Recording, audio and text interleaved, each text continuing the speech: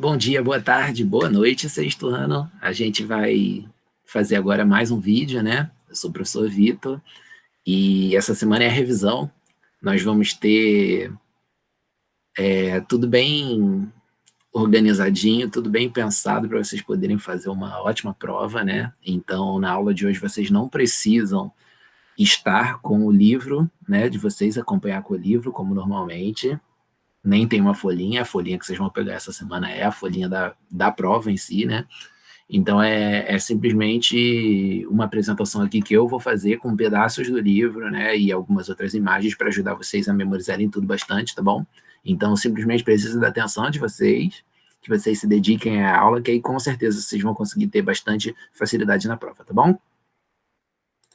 Ok, vamos lá. Deixa só eu abrir aqui a apresentação.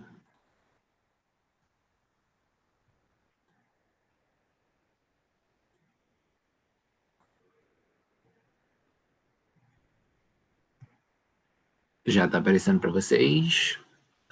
Acredito que sim, né? Então vamos começar aqui com a apresentação. O capítulo 3 não vai cair na prova, tá bom? É só porque ele tem alguma relação ali com o que a gente vai ver depois, então eu vou começar trazendo alguma coisa dele, né? Mas é só capítulo 4 40, e capítulo 5, tá bom? Então, o capítulo 3 ele trata ali sobre as origens da humanidade, e a gente vê aí que tem os historiadores, os arqueólogos, paleontólogos, etc. Todos esses estudiosos que eles vão ali mexer com ossadas e mexer com outros registros, assim, né? Pintura rupestre, aquelas que são feitas na parede, e coisas para conseguirem entender o ser humano, onde começa, né? Quando é que a gente se tornou o ser humano, quando é que a gente começou a se desenvolver, como é que a gente foi espalhando pelo mundo. E aí vocês têm essa imagem super conhecida, né? Que vai comprovando ali a transformação que a gente teve. Comprovando não, mas que ela vai demonstrando ali, né? Como é que o ser humano foi evoluindo ali do macaco, e a gente teve um momento que a gente era bem mais próximo deles, né? Que a gente andava assim encurvado e etc.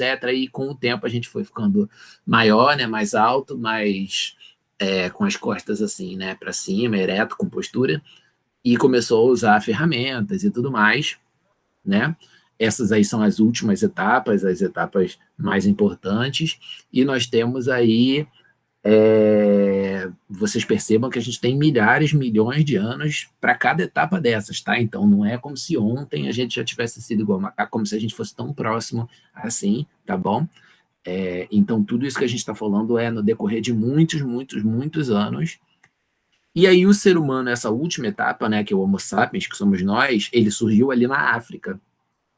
E na África, e a partir ali da África, né, ele foi se distribuindo ao longo do mundo, e esse mapa ele mostra um pouco disso. Você tem aí, né, essa setinha roxa aí que foi eu que fiz, ela vai mostrando que da África ali eles foram para a Europa e para a Ásia, e o resto, que são as setinhas do livro de vocês, né, elas mostram quais são as possíveis teorias para o ser humano ter chegado aqui na América, onde nós moramos, né, nesse nosso continente.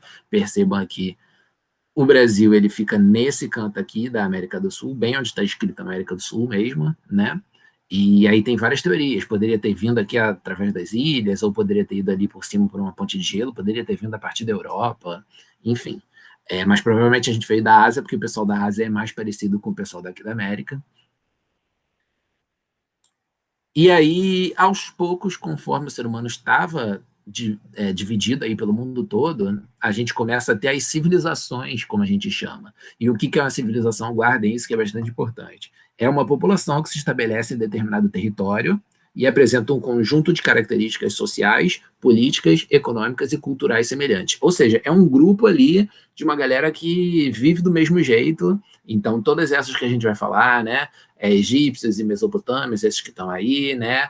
Maias, astecas, incas e etc. Né? Depois teremos outras, gregos, persas, enfim, vários e vários. Não vou dar spoiler para vocês, mas hoje a gente já vai falar de alguns aqui que vocês têm visto nas últimas aulas e que nós estamos revendo.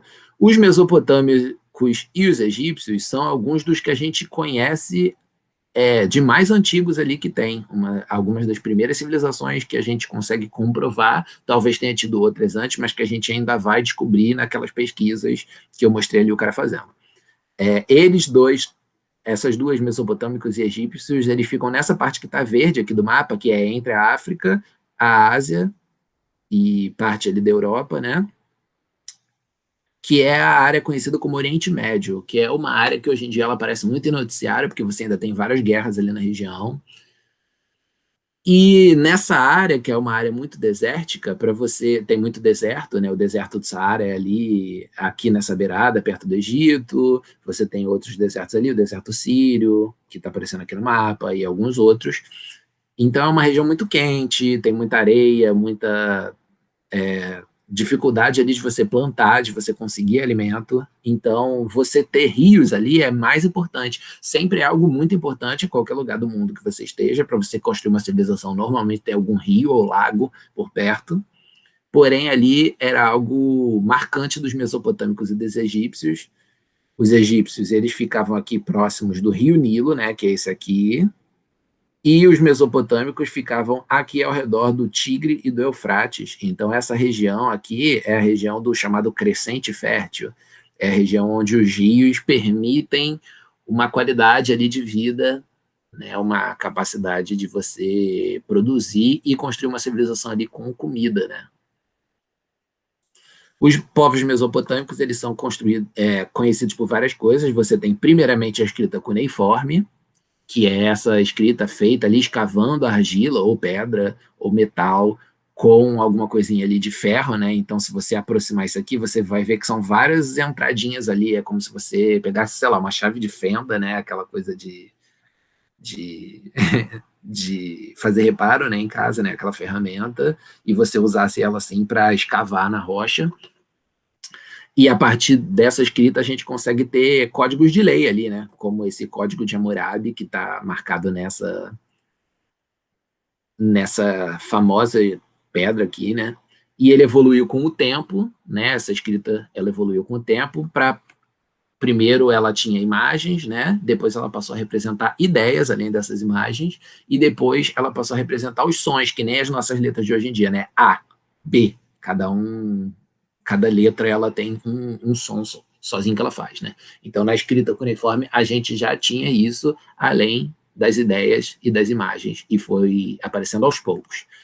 Eles também tinham, né, vários deuses que controlavam os elementos da natureza. A gente tem Enlil, que é um desses deuses aqui aparecendo na foto, e a gente tinha esses templos grandões aqui, que eram os zigurates, que eles construíam, era considerada a casa dos deuses. E eles acreditavam também, é engraçado a gente falar nisso, né, que a Terra tinha a forma de um círculo achatado. Ela era plana, né, que nem tem gente falando hoje em dia aí que a Terra a galera pensa meio atrasado, né, que nem os mesopotâmicos. Os egípcios, vocês conhecem eles muito bem, né, provavelmente, por verem aí representados nos filmes, nas séries, nos desenhos, etc. Então, essa galera aqui tem essa característica aqui, né, o olhinho pintado, essa capacete, não sei como é que chama isso, coroa aqui do faraó, é bem conhecido também, né, as pirâmides, as esfinges, e a mumificação, né, que é super conhecida aí, né, tá até nos joguinhos. A mumificação era um processo que eles eram feitos ali para as pessoas importantes, para que elas tivessem uma vida após a morte ali, segundo a forma como os egípcios acreditavam, né? Então, até hoje em dia, esses corpos estão bastante preservados por conta desse processo. Você consegue encontrar alguns em museus, né? E esse processo ele era demoradíssimo, ele era caro, por isso só o faraó, que era o rei deles, né? A família dele, os sacerdotes e os nobres, em determinado momento ali da história do Egito, puderam fazer isso. A galera ficava ali retirando os órgãos internos, né, colocando algumas outras coisas no lugar. Só o coração ficava, porque acreditavam ali que o coração fazia parte do processo de você ir para a vida após a morte. Você colocava natrão, óleo, resinas, eram substâncias químicas ali que faziam esse corpo durar mais tempo, né? Não apodrecer, como normalmente acontece com os corpos. E essa pessoa aqui com cabeça de animal aqui, era um sacerdote, né, que ele usava essa máscara aí para homenagear Anubis, que era o rei dos... o deus ali que tratava da morte, né? E os órgãos internos, eles eram colocados nesses vasinhos aqui, chamados de canopos, ou então urnas canópicas. Você colocava o rim, o pulmão, etc., dentro desses vasos, aí só o coração ficava no corpo. Então, né, esses deuses que eles acreditavam ali, vários deles tinham a forma humana, mas alguns, como Anubis, que a gente acabou de ver, eles tinham cabeças de animais. Um muito conhecido é o Horus, né, que é esse aqui que a gente tem na imagem. Ele tinha uma cabeça de gavião, e ele tinha esse olho aqui, que ficou conhecido como um símbolo de sabedoria, né, de inteligência. Até hoje tem uma galera que tatua isso. E aí aqui na imagem a gente vê o Horus com a Ísis, que é a mãe dele, né? E o Osíris, que é o pai dele, né? São três deuses bastante importantes ali para a cultura dos egípcios. Os egípcios eram politeístas, o que significava que eles acreditavam em vários deuses, né? Não confundir com monoteísta, que é justamente o contrário, é quando só se acredita em um deus, como é o caso da maior parte das pessoas hoje em dia, só que nem todas, e tá certo também, todo mundo pode acreditar no que quiser. Mas no caso aqui dos egípcios, era politeísmo e era obrigatório acreditar nesse politeísmo, né? Então era uma época que não tinha liberdade religiosa. O rio Nilo, né? A gente está vendo aqui no mapa como ele é grande, como ele pega uma região enorme, e ele é próximo ali do deserto do Saara, né? Então, quando você morava no deserto, você precisava muito da água daquele rio ali para você sobreviver. O rio Nilo atualmente, aparecendo aí na foto. E agora os trabalhos agrícolas, os trabalhos ali de plantação que eram feitos perto do rio. Eles construíam vários canaizinhos ali, vários instrumentos com baldezinho aqui, ou então às vezes galhos ali de árvore, fazendo a água ser levada de um canto para o outro, que era para você ter o máximo possível de terra molhada, porque as plantas precisam da água para sobreviver, né? Então a agricultura sempre vai se preocupar com a irrigação, que é como você consegue fazer os lugares ficarem, as terras ficarem úmidas e as plantas terem água para sobreviver. A escrita hieroglífica é outra coisa muito conhecida dos egípcios, né? Cada um desses desenhozinhos aí que vocês estão vendo na imagem, ele representava ou uma letra não, ou um som, ou uma imagem, ou uma ideia, né? Essa escrita era muito complexa, ela foi criada há mais de 5.000 anos e ela tinha 7.000 símbolos representando objetos, mais 20 símbolos para representarem sons. Então, as imagens, os objetos que eram mais conhecidos, mais normais ali, mais importantes da vida, eles normalmente tinham uma imagem para eles mesmos, né? E quando você não tinha, você construía o som daquele nome ali com esses símbolos que representavam os sons. E, claro, a escrita ali, na época, ela era bem desigual, ela era algo que só os faraós, os sacerdotes e os escribas tinham acesso. Na imagem a gente vê um escriba e um faraó, perdão, representados aí com as imagens, né? Era uma galera que era considerada mais importante ali do que o cidadão comum. Então, tudo ali na sociedade, essa parte da cultura que a gente conhece, era praticamente o que viviam os ricos, né? Os mais importantes. A escrita era só para eles, a mumificação era só para eles. E agora a gente chega no capítulo 5, que são os povos do continente americano, que é o nosso continente aqui, né? Só que por enquanto nós ainda não vamos falar do Brasil, nós vamos falar dos países aqui da América, os outros, alguns próximos, alguns mais distantes, tipo México. Porém, os povos já existiam em vários desses lugares, e é importante a gente lembrar isso, porque a gente aqui na América, a gente sofre um certo preconceito às vezes, nós mesmos acreditarmos que nós somos piores do que a civilização lá dos europeus, né, que também tinha seus povos antigos, e aí a gente só lembra dos povos antigos deles e fica achando que nós não somos nada, né, mas nós tínhamos os nossos povos antigos que eram muito bons e faziam várias coisas sensacionais, e eu vou mostrar algumas aí para vocês. Como a gente já viu, a gente teve aquela dispersão ali, né, durante milhares de anos do ser humano que nasceu na África, e foi se dividindo ali pelo mundo, criando vários grupos diferentes em vários lugares do mundo, imigrando de um lugar para o outro, etc. Não sabemos exatamente como chegaram na América, mas algum dia chegaram na América, porque senão eu e você não estávamos aqui hoje. E aí, conforme eles foram se dividindo pela América, eles foram criando vários e vários e vários povos diferentes. De acordo com cada lugar e aquilo que aquele povo vivia naquele lugar, você ia criando culturas diferentes, né? Então, a gente tem várias e centenas, centenas mesmo de povos aqui na América. O mapa que está no livro de vocês, ele só está mostrando alguns dos povos, né? Alguns que ele considerou aí mais importantes, mas a gente tem dezenas e centenas de outros povos, além desses que estão aparecendo, e destacamos ainda os mais importantes aqui, que o livro escolheu, né, que eram os Inuits ali no norte, nas regiões geladas, né, vocês chamam ele de Esquimó, provavelmente, mas esse nome não é o nome certo. A gente tem os Sioux, que eram um dos povos indígenas americanos, dos Estados Unidos da América, né, que eu quero dizer. Os astecas, eles ficavam onde hoje em dia é o México, a gente vai ver um pouco mais sobre ele, e os maias ficavam um pouco mais abaixo, os dois povos eram até um pouco relacionados ali. Os incas, que formaram um grande império aqui, que pegava várias áreas da América, né? Então pegava Equador, Peru, Argentina, Chile, vários países ali.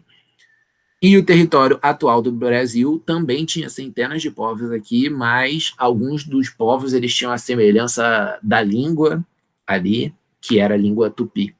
Então, de acordo com essa língua tupi, a gente começou a chamar esses povos de tupi, mas eles não eram o mesmo povo. Às vezes eles guerreavam até uns contra os outros. A gente vai ver isso melhor na matéria da outra prova, né? Não é matéria exatamente dessa agora, porém a gente vai ver esses povos tupis em toda a sua diversidade. São muitos povos tupis.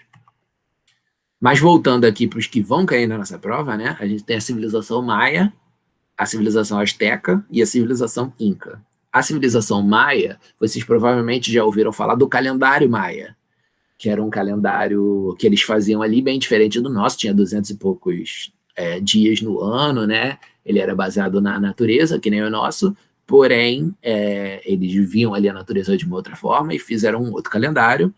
E aí esse calendário, conforme ele foi achado alguns anos atrás, o pessoal dizia que o mundo ia acabar, porque o calendário maia previa só até o ano tal, não sei o quê, mas na verdade é só uma questão de que o calendário não tinha sido feito para além daquilo, porque era muito distante, não era uma questão de profecia, e de qualquer forma não se realizou, porque se fosse ter realizado, o mundo já tinha acabado. Então, se ainda não acabou, é porque os maias, pelo menos, erraram. Quando é que isso aconteceria? Então, eles teriam um calendário, já é uma coisa importante ali, né, sobre eles conseguirem organizar o ano deles, entender como é que funcionavam as estações do ano e etc. Eles também construíram algumas coisas arquitetônicas bastante impressionantes, né, como essa pirâmidezinha maia aí que está na cidade de Chichén Itzá, está aparecendo aí na foto, e com os turistas, né, de hoje em dia aí aparecendo, porque ela existe até hoje. Eles tinham uma escrita também, né, formada por cerca de 800 sinais, que também podiam representar sons, ideias ou objetos. Então, a gente vê alguns desses sinais aqui, né, aparecendo. Esses risquinhos com pontinhos eram números, se não me engano, e cada um desses quadradinhos ali, ele representava alguma coisa, não sei se era imagem, som ou ideia, e o outro desenho aqui vinha ajudar a passar a mensagem. Também, entre eles, não era todo mundo que tinha acesso à escrita, eram só algumas camadas da sociedade, e você tinha esses maias, então, bastante avançados em várias áreas ali da vida, né? Astronomia, que ajudava eles a pensarem o calendário também, né? A matemática, a arquitetura, que ficou sobrevivendo até hoje, né? Então, eles eram bastante avançados em várias áreas, ao contrário das ideias preconceituosas que de vez em quando a gente tem de que aqui na América tudo era atrasado. Não é verdade. A civilização azteca era outra muito grande. Ela ficava ali onde hoje é o México, ao redor desse lado chamado Texcoco. Então, de novo, o papel da água ali, que nem no caso do Rio Nilo e dos rios ali, Tigre e Eufrates lá. Então, assim como os babilônios, né, os mesopotâmicos, na verdade, é melhor falar, e os egípcios, a gente tem o papel ali da água doce necessária para a vida. E aqui a gente também tem o Lago Texcoco, onde foi fundada a capital Tenochtitlan. Eu não tô pronunciando certo, provavelmente não estou falando certo, porque é uma língua que eu não conheço, a língua ali dos astecas. E essa capital Tenochtitlan, ela era muito, muito grande. A partir desse lugar, que era a capital, que era o início ali da civilização dos astecas, eles iam com o exército deles, que era bastante organizado, bastante poderoso ali para a época, tomando outras cidades que você tinha ali na região, e por isso que eles se tornaram um império. Aí cada uma dessas cidades que era conquistada, ela passava a ter que pagar um tributo, pagar um imposto, né, alguma produção ali que ia para Tenochtitlan, e em Tenochtitlan ela abastecia ali o pessoal que morava na cidade, e principalmente os ricos que moravam na cidade, os nobres, né, os líderes, sacerdotes, etc. Então, o exército deles, eles tinham essa característica interessante aqui de se vestir de uma forma bem ritual, de uma forma bem cultural ali, bem marcante, né? Usavam couro de animais, né? De onças aqui no caso, ou então usavam bastante penas para imitar uma águia, ou imitar algum pássaro ali importante, construíam esse tipo de enfeites aqui, porque em parte isso fazia os outros povos terem medo deles, né? Eles ficavam mais chamativos, maiores, e davam uma aura ali de magia, né? Uma impressão ali de que tinha algo de religioso ali por trás daquilo, porque a guerra para os astecas era uma coisa muito importante e uma coisa muito sagrada, até fazia parte da cultura deles ali. Então, esses guerreiros, eles com certeza eram muito fortes, porque eles conseguiram ir pegando várias cidades ali e aumentando o tamanho desse império, conforme a gente conhece. E outra coisa importantíssima e marcante aqui da cultura deles é que eles eram muito bons para plantação, para produção de alimentos. Eles conseguiam plantar no meio de um lago. Então, isso é muito impressionante. Como é que planta no meio do lago, né? Porque o meio do lago não tem terra, só tem água. Você tem, se você tentar botar uma planta ali que não seja uma planta de rio mesmo, né? Se você tentar alguma outra coisa comestível você plantar ali, ela vai morrer afogada, aquela planta. Planta também se afoga se você tiver água demais para ela. Então eles construíam esses canteiros aqui usando madeira, usando cordas, usando terra mesmo, e eles conseguiam plantar dentro do rio. E aí quando eles faziam isso, eles não precisavam mais regar planta nenhuma, porque o próprio rio ou lago já conseguia fazer aquela plantação ali se sustentar. Então era uma técnica de agricultura muito, muito forte, muito melhor do que os europeus tinham, por exemplo. Era uma coisa avançadíssima, uma coisa bem marcante. E abastecidos, né, desses tributos que as cidades conquistadas elas conseguiam pagar, e mais essa plantação sensacional que eles foram exercendo ali, os astecas eles foram construindo essa cidade de Tenochtitlan cada vez mais, e aumentando ela cada vez mais, ao ponto de que você tinha essa cidade enorme aqui. No dia que os europeus chegaram aqui na América, eles fizeram essa imagem aqui, entre outras, né, porque eles ficaram espantados de como aquela cidade era grande. Ela era maior do que muita cidade que você tinha na Europa. E ela era dentro do lago, né, construída ali com base em suportes de madeira e ilhas artificiais ali que eles iam construindo. Era uma cidade muito grande, muito forte, muito interessante. Um povo enorme que você tinha ali dentro, né? A gente tem uma amostra ali mais ou menos de como era a vida da cidade nessa imagem aqui, e o desenho aqui do livro de vocês mostrando um pouco sobre o comércio, né? Os grãos de cacau, eles eram muito usados como moeda ali de troca, não tinha esse dinheiro que a gente usa hoje em dia, de ferro, né? Porém, de ferro ou de outro metal, mas você tinha o cacau ali, servia exatamente com o mesmo sentido, e quando não se tinha o cacau, às vezes as pessoas usavam outras coisas ali para trocar, e o comércio era muito forte ali entre os astecas, principalmente nessa cidade de Tenochtitlan. Partindo para a civilização Inca, nós temos aí algo muito conhecido também, que é a cidade de Machu Picchu. Ela é patrimônio mundial, considerada um dos lugares mais bonitos do mundo. Eu, por exemplo, tenho um monte de vontade de viajar para lá, né? De conhecer lá. E ela fica bem... o que é impressionante sobre ela, talvez, seja que ela resistiu num lugar muito louco, assim, porque ela é muito no alto. Machu Picchu é muito, muito no alto. E você tem essas construções todas de pedra aqui resistindo. Até hoje em dia, está praticamente inteira preservada, apesar dos incas não estarem mais lá, né? Você tem muito turismo na região, porque é algo muito bonito de ver, está muito preservado. E você conseguir construir algo num lugar tão grande assim, deixar abandonado e o negócio ainda sobreviver, é bem marcante, né? Então, quer dizer que a arquitetura dos caras também era sinistra. E os incas, eles eram muito conquistadores também, eles conseguiram pegar uma região enorme, toda essa aqui em rosa, que está aparecendo no mapa, e isso é o que a gente sabe, porque existem papos, né, existem teorias de que eles poderiam ter chegado até na região que hoje em dia é o Brasil, ou então Colômbia, ou então Paraguai, mas a gente sabe que com certeza eles chegaram em Chile, Argentina, Bolívia, Peru e Equador, né, nesses lugares que hoje em dia a gente chama com esses nomes de países, mas que naquela época não tinha, era realmente o território da civilização Inca.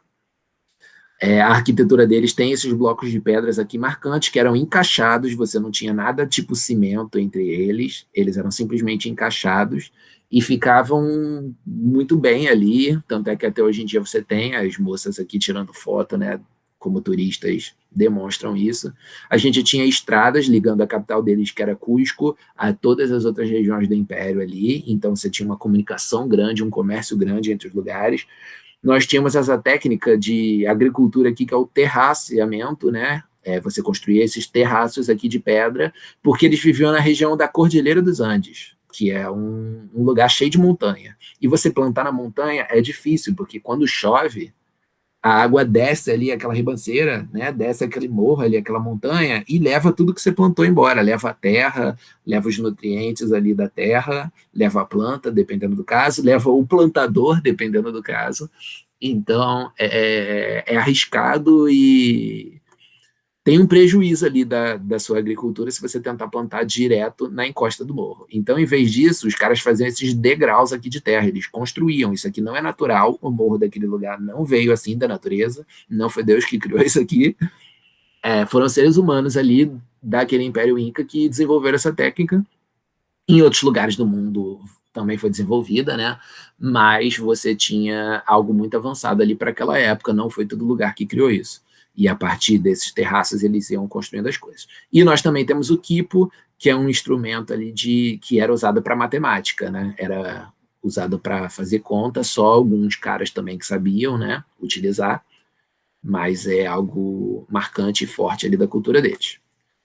E o mais importante de vocês gravarem sobre os Incas era sobre a sociedade deles, que tinha vários e vários níveis, né? Então você tinha principalmente aqui o imperador, que era conhecido como Sapa Inca. Sapa Inca. Na verdade, a gente chama a civilização de Inca, mas na verdade era ele que era o Sapa Inca, né? Esse que está aqui aparecendo na imagem, sentado, né? Esse desenho aqui foi feito para tentar representar ele. Ele era considerado uma divindade, né? Ele era considerado ali o grande, um representante de Deus, um herdeiro de Deus, né? Dois deuses, na verdade, né? Um herdeiro do Deus Sol, que era o mais importante ali para eles. E, na verdade, o nome do império nem era Império Inca, o nome do império era Tawantinsuyo. Só que esse nome não pegou, talvez por ser feio, né? Mas o nome que pegou foi Inca justamente por causa do Sapa Inca, que era o governador ali deles, né? Que era o rei deles. Nós também temos aqui as imagens de alguns guerreiros, né? Que estavam aqui nessa camada aqui mais média da sociedade. E por último nós tínhamos o povo e os escravos, né? Não era escravo no mesmo sentido que vocês pensam quando a gente fala em escravo, né? Que é o tipo de escravo que a gente teve aqui no Brasil. Era uma vida mais leve, digamos assim, porém ainda era pesada. E esse povo que era o camponês, né, que era a maior parte da população, eles que viviam ali produzindo tudo isso que esse império fez. Então, vamos lembrar que é uma sociedade com uma hierarquia muito grande, né? Você tem aqui em cima da pirâmide a galera que manda mais, e embaixo a galera que manda menos, né? E o imperador era muito forte. O Sapa Inca, né, ficou marcado por conta disso e ainda tinha o critério religioso. Ok? A nossa apresentação termina aqui. Parar a apresentação. E é isso, né? Eu espero que relacionando as coisas assim dos vários capítulos, eu consiga ajudar vocês a gravarem, porque a provinha de vocês está ali pronta. E tá nada de absurdo, sabe? Não precisam ter medo. É bem isso que a gente viu ali mesmo, né? Tudo que vai cair na prova tá nesse vídeo aqui da gente, então podem ter bastante confiança na prova que vocês vão fazer. Não precisa deixar de estudar pelo livro, não precisa deixar de estudar pelo caderno, porque isso tudo ajuda também, né? Mas eu tenho certeza que vocês vão fazer uma ótima prova. E é isso. Espero, desejo o melhor para vocês, ok? Semana que vem a gente se vê de novo com matéria, né? E é isso. Até mais.